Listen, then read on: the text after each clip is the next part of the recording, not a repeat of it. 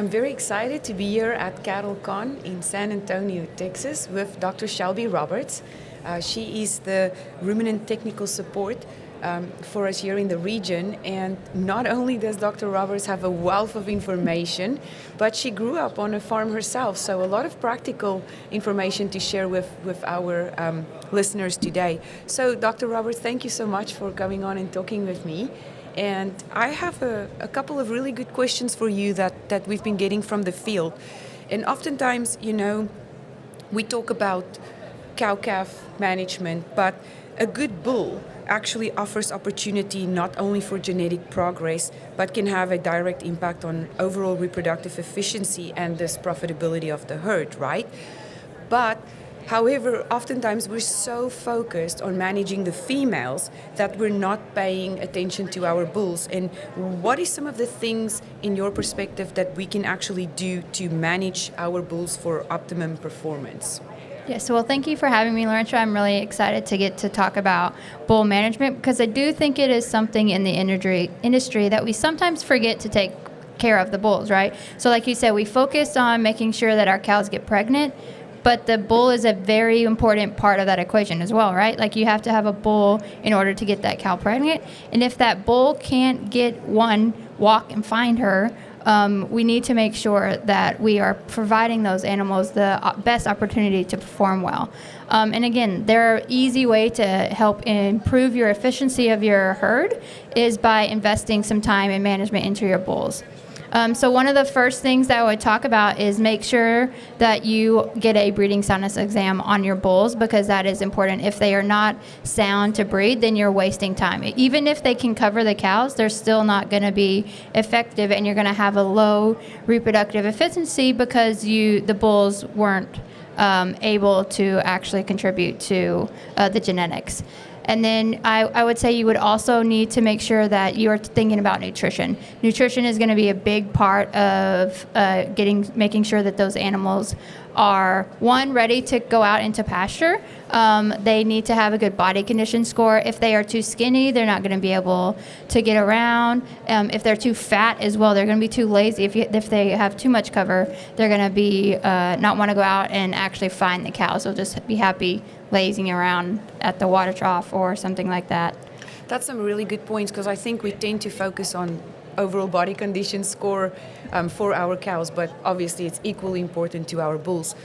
You mentioned nutrition, and for me, I think our producers, we all look at protein and energy needs, but what about trace mineral supplementation programs? Is there any research that show bulls would need the same attention than our cows? Yes, there is a lot of research that would show that. And again, protein and energy are very important, right? Those two things are major nutrients that they need, but there are also these minor things like trace minerals, so selenium, zinc, copper, cobalt. Those all play important functions in fertility as well. So there are things they would affect sperm quality. So let's say they are deficient in selenium, for example, is very important for sperm motility. There is a part, if they are deficient in selenium, there is actually a deformation that happens in the tail, and those sperm cannot actually be motile.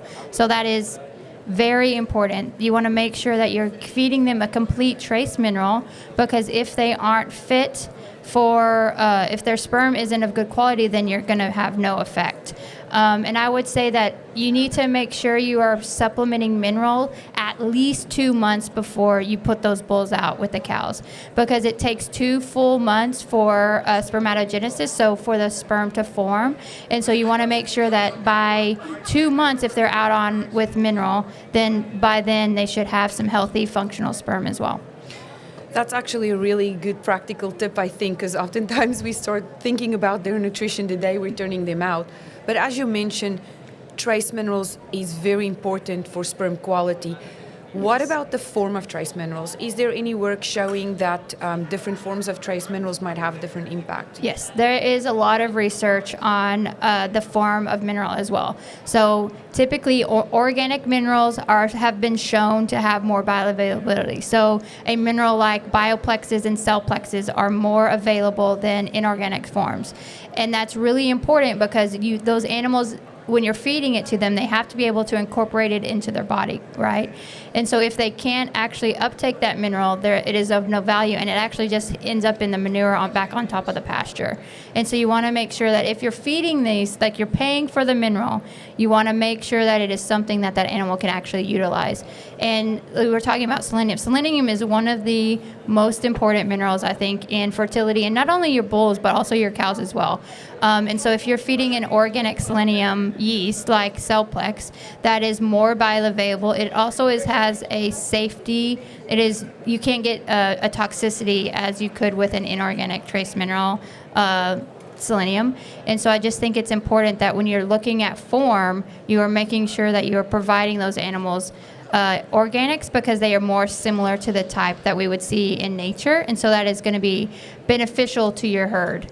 I really like what you said, because selenium is in fact regulated at 0.3 parts per million, and Yes. we all know that for the most part here in the United States we are fairly selenium deficient, so providing it in a more bioavailable form would make sense to optimize reproductive efficiency. Yes, So, exactly. For me, how do we tie reproductive efficiency to profitability? In the end of the day, we want to produce as many calves weaned per exposed female, right? Yes. And in your opinion, what is the bull's input in this regard? I mean, the bull's import is equally as important as a cow, right? If the bull, one, doesn't ever actually get her covered, or his sperm is low quality, it's not the cow's fault that she's not getting pregnant if the bull is not finding her, right? Mm-hmm. So the bulls are equally as important in improving reproductive efficiency of your herd. And like you said, that is correlated directly to profitability of the herd. If you can get one or two more cows or calves, especially in this market, that's another $1,400 on top of what you're making from the rest of your cow herd. So I think it's important to make sure we are striving to get the best reproductive efficiency from our herd that we can. To me, I think the more cows we also can get bred in that first 21 days Yes. is going to have a direct impact on the adjusted weaning weights. And I think that's where we cannot underestimate the importance of optimizing fertility of both our cows, but our bulls as yes, well. I think, and that's a good point. Like if you have a more consistent calves, like if they're all the same size, you're also probably going to make more money when you sell them, because they're all the same age and they're all going to perform pretty similar, because there's not a big 60-day gap in when those calves are born. That was such a good practical information that you gave us today, Shelby. So we really appreciate your time, Dr. Roberts, and thank you so much. Thank you.